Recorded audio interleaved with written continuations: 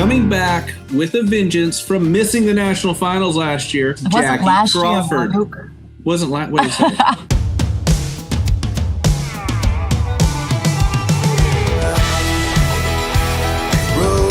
Rodeo time. Welcome to the Luke Branquinho Show. My next guest is no stranger to the show. She is a mini. You don't need to take your socks off to count with your hands as many world championships as she has. And she is also the world #1 breakaway roper right now, coming back with a vengeance from missing the national finals last year. My next guest, Jackie Crawford.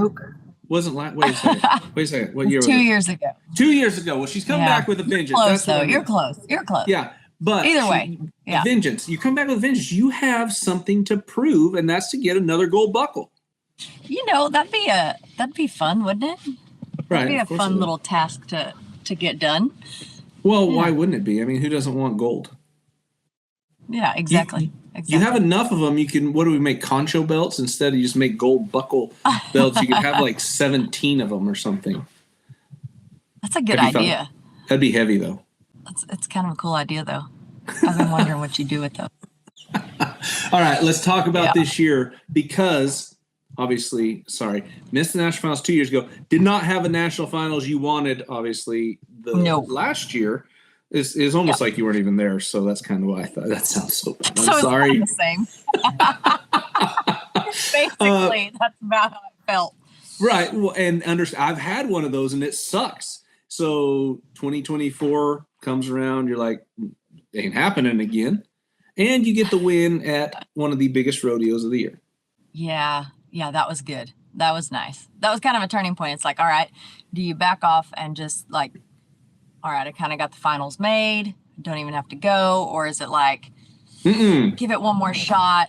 Let's see how it goes this year and all that. But honestly, the last 2 years have been longer than that. I kind of got caught up a little bit in, I don't know, doing too much stuff, like stuff other than taking care of business, you know, like too many things to plate. So I feel like trying to build back has been the last 2 years, 3 years, really. You're trying to build back better. Just build back better, you know? Yeah. And get my crap back together.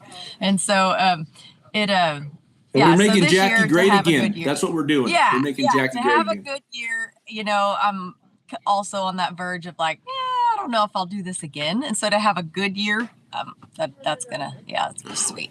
You say that, but you win at Houston. So, and I'm not sure if they still do it. That guarantees you another 3 years at Rodeo Houston, which we all know that win at Rodeo Houston, you have to go. I mean, you don't have to, but, you know, obviously increases your odds tremendously of making the national finals. So as well as you rope and you live in Texas, so you're going to go to all the winter rodeos. But I know where you're coming from. Like, when is it time to not hang it up, but stay a little closer to home? And for me, I couldn't just stay closer to home in rodeo. I had to either be all in or I'm done. And obviously injuries, and my body's like, you're done. So it was easy to make that decision. Yeah, but you're done. For you, it's going to be a little bit tougher. Yeah, well, which is a great thing, right? Because I feel like it's not that, I mean, I'm not saying I'm going to retire. I mean, I'm going to be competing. I'm going to haul my step stool around to get on my horse. You know what I mean? Like, I'm not going to ever quit breakaway roping. Right. I can do this forever, right? So I'm never going to like retire and just be done. So it's not like that, but I think it's more of the feeling like I have to go to here. I have to go to all these rodeos. I have to do all this stuff that I've been doing for, you know, I was thinking about it, and I know that the breakaway is fairly new for a lot of the girls, but like I've been doing this for 7 years, you know, and I'm 41 years old and I'm kind of towards the end of it, and I have my kids and my family, and it's like, I just don't want to pack up and leave all summer long. But I'm always going to try to figure out a way. Like you said, Houston's a big deal, and that'd be obviously amazing to have that step every year. But I'm going to go to that as long as I can. I'm going to go to the winter rodeo as long as I can. But for us, our opportunity is ridiculous. I mean, I can go to the Americans. I can go to the WCRA, the women's finals. We've got Scottsdale, the Kimes Ranch, $1 Million Breakaway now. And so really at this point in time, our going and leaving and packing the family up and doing, and you know how hard that is. I mean, when you kids get, I mean, separating the family and having to go through all that, which is, don't get me wrong, I'm not griping about rodeo. I love rodeo. I love what it's given us and me and my family and all that. But there just comes a time where I can look at bigger opportunities for, say, than what we get to do when we go to Vegas right now. Right. At the same time, RNFR is kind of one of our smallest things that we have. Yes, which is crazy to think that, right? Yeah, it is. It is. But I mean, like, yeah, our NFR, you know, like $5,000 rounds and a $13,000 average. I mean, I'm not being at all like ungrateful. I could go a lot less, spend a lot less, win a lot more different places, and kind of rodeo a little smarter and still stay at home with the kids and the family and all that. Well, and still be competitive and still make the national finals. And so let's talk about one event that's coming up in November that is $1 million added breakaway roping, if I'm not mistaken, is it Scottsdale, Arizona, and Kimes Ranch is putting it on. Yeah. I mean, opportunity, you talk about opportunity. How cool is that? Honestly, it's kind of like everybody's, you know, it's been said, well, you can't get the money for the breakaway, blah, blah. And Chris Neal came to me a while back and he's like, I think I'm going to like get this done. We're going to get this done. And I kind of just brushed it off like, you know, whatever, like $1 million. You're just going to have like a standalone event with just breakaway and you're going to come with all this money. I mean, in theory, it sounds great, but I just kind of like brushed it off like, yeah, you know, whatever. And then sure enough, he's like, I got it done. Like, it's happening. I'm like, you got to be kidding me. And so, yeah, the announcements were all coming out and I was like, he really did it. Like, he really got this done. And so it's pretty neat to think of people like putting their necks out that much for the women in the sport. It's really cool. Well, and I think in the back, what I'm thinking, you're thinking, because, you know, same wavelength. Yeah. You would love to be able to rope in the Thomas and Mack. I mean, that's obviously no secret, but you want to hang on long enough to hopefully fulfill that dream. Yeah, I really would. You know, and I differ from a lot of probably the girls out here. I mean, people, you know, they kind of will talk about, you know, the money. Well, as long as we have more money or equal money, we don't care where it's at. And I'm a little bit different. I don't. I got to go out there and help Trevor one year when the first year he won the Triple Crown out there in Vegas. And I just don't think that you can replicate that atmosphere. And to me, that's what it's about. And I explain it where my thinking is that you can, you know, we can go have a pasture open and make it pay $13,000, doesn't make it Pendleton. Right. You know what I mean?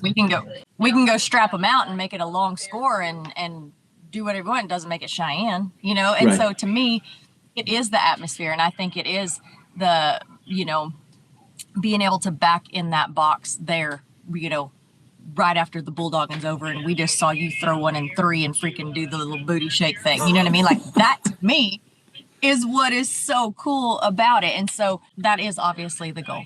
I would love that. That's the last thing in the whole rodeo world that like I would love to experience before I was done. I don't know if it's in my cards ever.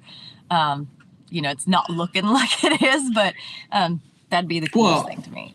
I mean, the prestige of that building, and we talked about it. Let's get a bigger venue to put more butts in the seats so we could add more money and put more money in the Cowboys' pockets. But the prestige of that building, you know, we seen it. You won the championship in Arlington when you cut your saddle horn off when you were pregnant. I mean, that was cool. Yeah. You got to compete. Not in the same performance, which was silly, crazy that you guys didn't get to, but it didn't have that same feel as a Thomas and Mack, and that was coming from every contestant that got to compete in both. Now, very grateful that they were able to have the national finals that year. You know, again, talking about let's get a bigger venue for it. Yeah, I think that'd be great on one hand, but like you said, on the other, that building has so much history, so much prestige of crowning world champions. It does. And I think I think when people dream about the pinnacle of rodeo, that's the arena that they dream about right now.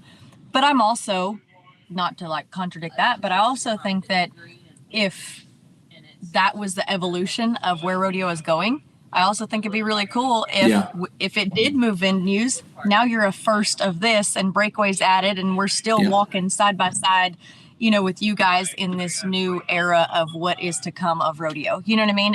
There's always a changing point, and so I really don't think that it matters to me, necessarily. Yes, the Thomas and Mack is what I dream of, because that's where you guys are, and that's where the atmosphere is, and that's where, all these stories have been made in the past.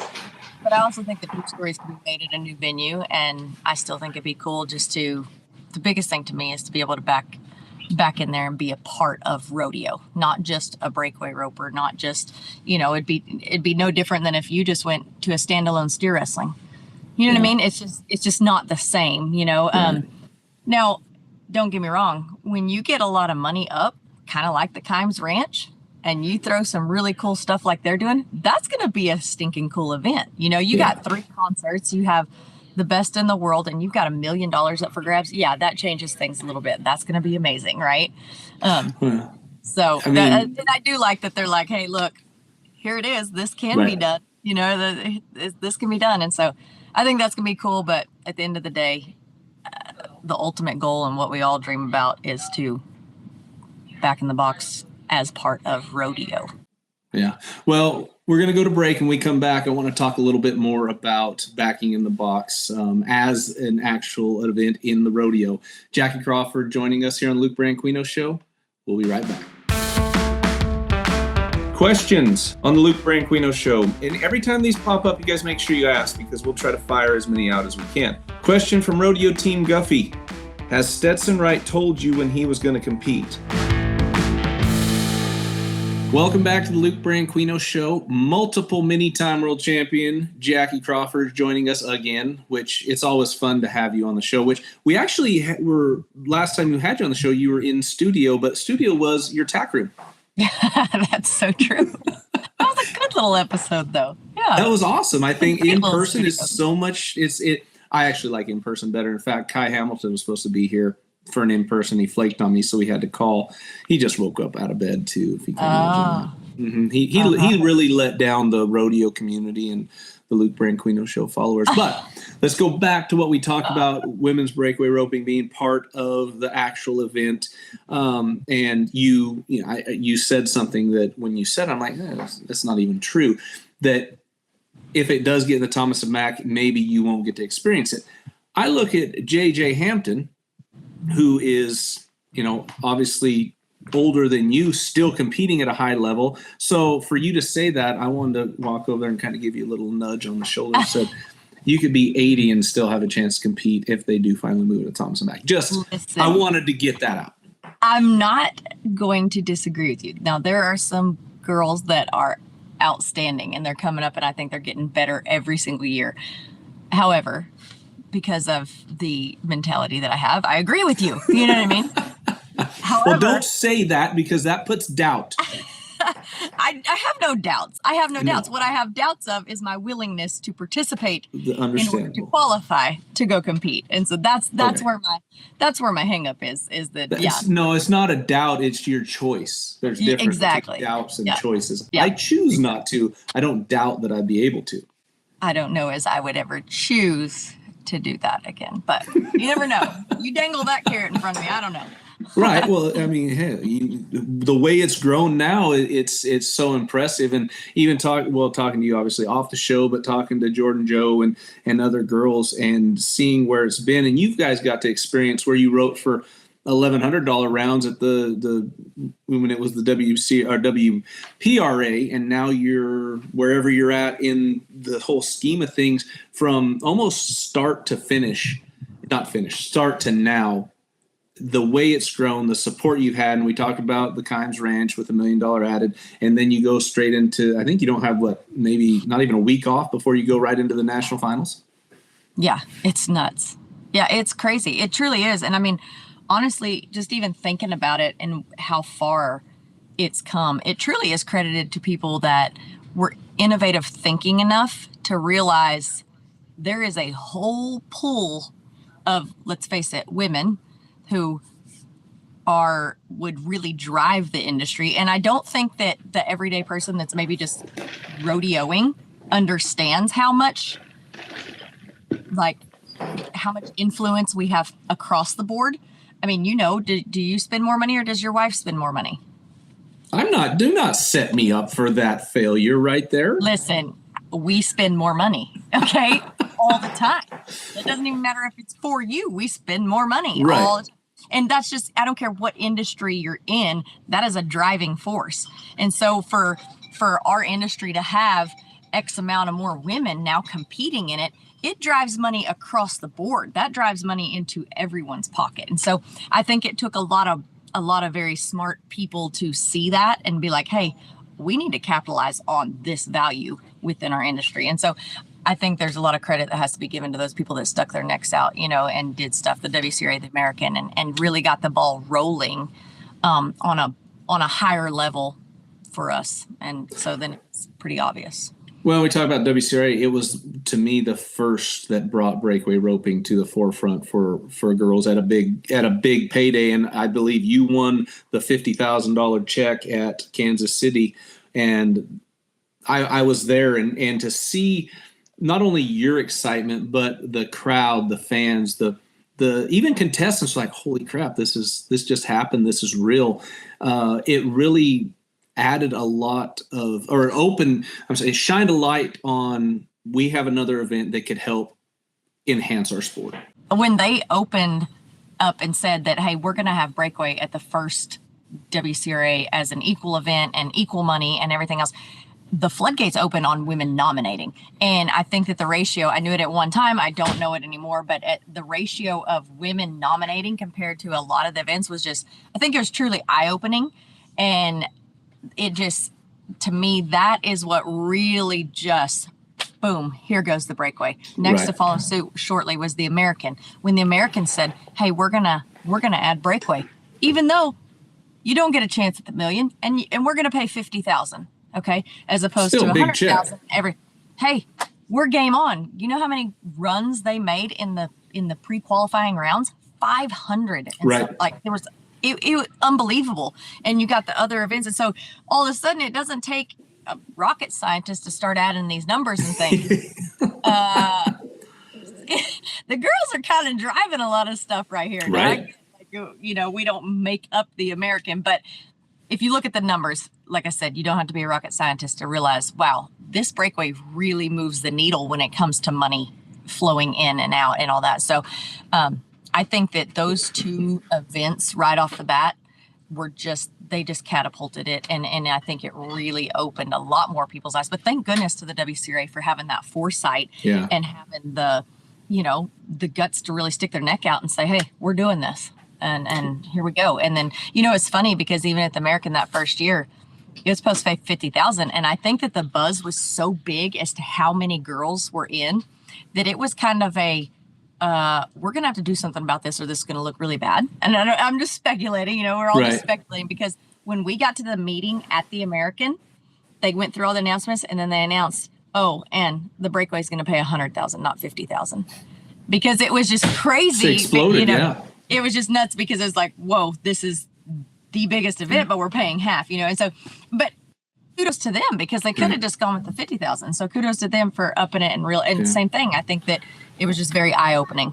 Well, and obviously we thank the WCRO, we thank the American, PRCA stepping up, and now Kimes. And I've loved, Jackie, obviously having you on the show, but I've loved working side by side with you on telecast or broadcast with the American and other things, because you're such a natural at it. It's been fun. So I appreciate what you bring to the table in the arena, but also when we sit there and talk about rodeo at the I call it the commentator's desk. Which is, if anyone actually knew like the conversations that went on when the camera was off, these people are not qualified to be behind the camera with a mic on. I almost wonder in other sports what it's like, and I'm sure it's the same. But okay, let's focus on. When we went to break, we were talking about going up and down the road. And this is exactly what I'm talking about. This is what I love right here. So a lot of you fans don't understand, or a lot of you viewers don't understand, when we go up and down the road as rodeo athletes, we have family with us. We have traveling partners, and we have breakdowns. We have stuff that falls apart because, yeah. And I think you told me you were experiencing that a little right now with a refrigerator problem in your toter home. Oh yeah, I don't know if y'all could hear the beeping or the person coming in and out, or that's a repair guy. This is the second time, okay, that we've dealt with this. It's honestly, I wish that a camera could just follow someone around all summer that has like all the dynamics going on, because we travel in a bus, which is amazing. I love it because the kids are so much more comfortable in it. Right. But you know, it's just stuff. I mean, we had our first all night drive from I don't even know where to Cody. I just know we were headed to Cody, and hang on, baby. And we're yes, you can go get it. Yep, go get it. Go get it. Sorry. But no, that's fine. This is stuff that people don't see. They see you on TV. They see you winning, and this is real life right here. This is chaos, is what it is. There you go. There you go, baby. See, girl. It's straight chaos. I mean, at all times. It doesn't matter if you're trying to figure out how to go. It's not like I can just jump in with anybody, because I haul, both kids around all summer. Right now, Creed finally had to leave, which really hard on Mama, and I get it. It's hard on Dad. When we leave at the first of summer, and now Creed had to start school, and so it's just but yeah, our first all night drive, and we're in the middle of nowhere in Wyoming, and truck just shuts down. And I'm like, what? So try finding rides in the middle of the night for all the horses. We had to find a place to put all the horses. Thank goodness for Sammy Joe of the WPRA. They came in the middle of the night and rescued us. We jumped in all these different rigs with 2 kids, a babysitter, just straight chaos, and you're just trying to make it. It cost me $5,000 to tow the bus back to Rock Springs. I mean, it just stuff like that constant, it's just always going down. I mean, it's like, hey, you're supposed to do the Luke Branquinho Show. Oh yeah, my refrigerator gets fixed because all my food's going bad, so I got to do that at the same time. Sorry. Well, no, Okay?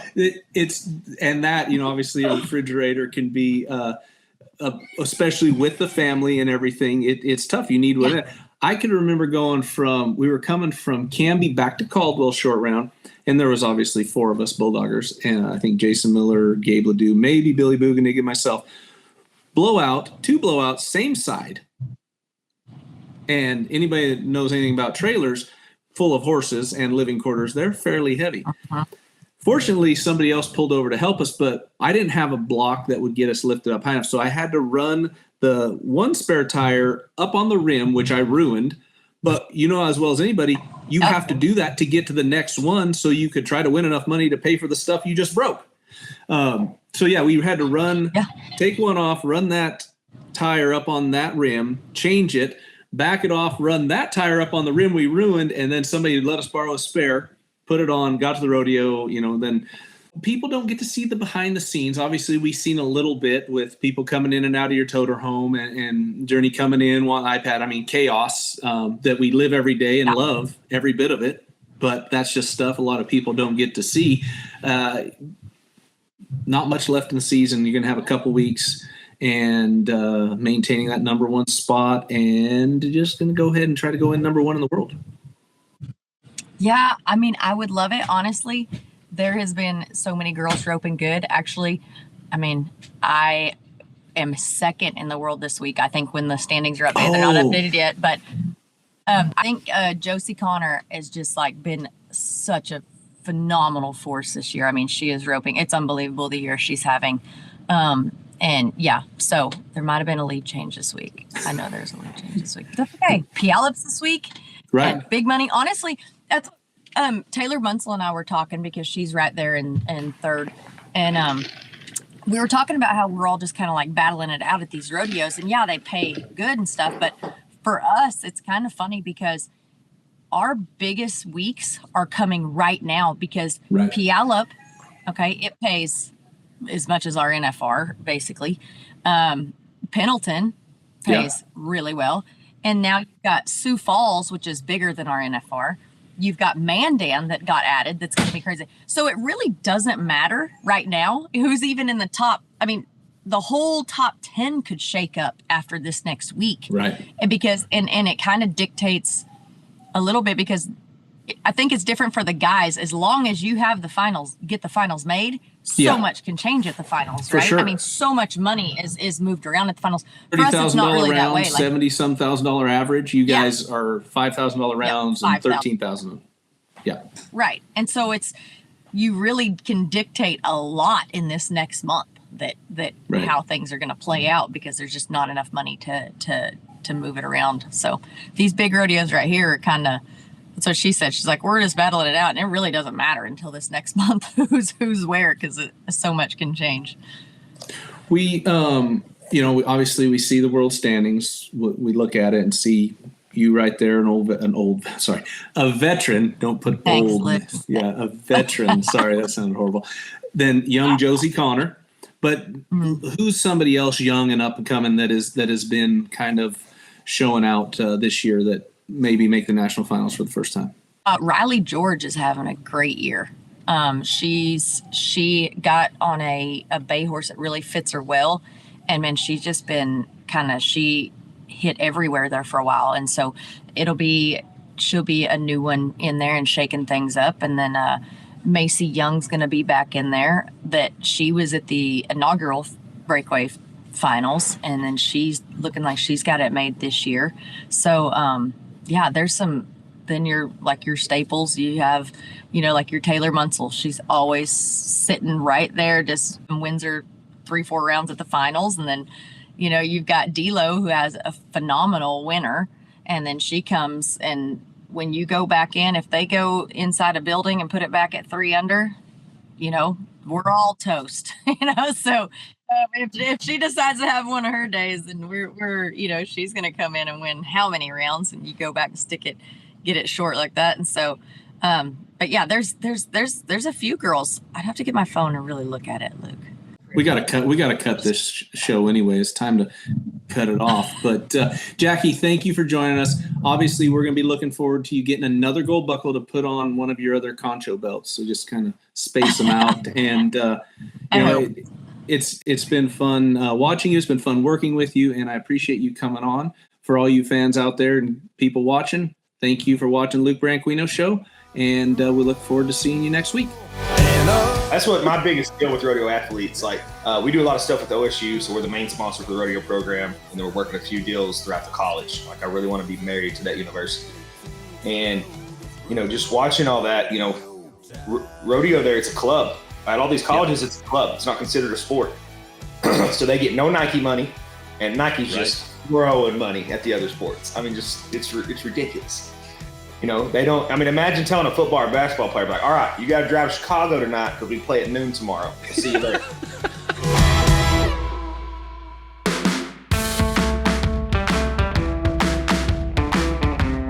Question from Rodeo Team Guffey. Has Stetson Wright told you when he was going to compete? Yes, he has told me when he was going to compete. It's looking like it's going to be the winter of 2025. When you have a major surgery like that, there's things that could be setbacks, and he didn't want to, risk his future for a half of a year of potentially making the national finals. So, smart decision on his part at a young age. That's pretty tough to do, because I know exactly where he's at. He wants to get back in the arena, but it's looking like winter of 2025, we will see Stetson Wright back in the arena. Hey, you want to see more in-depth details on the Luke Branquinho Show? Make sure you like and subscribe.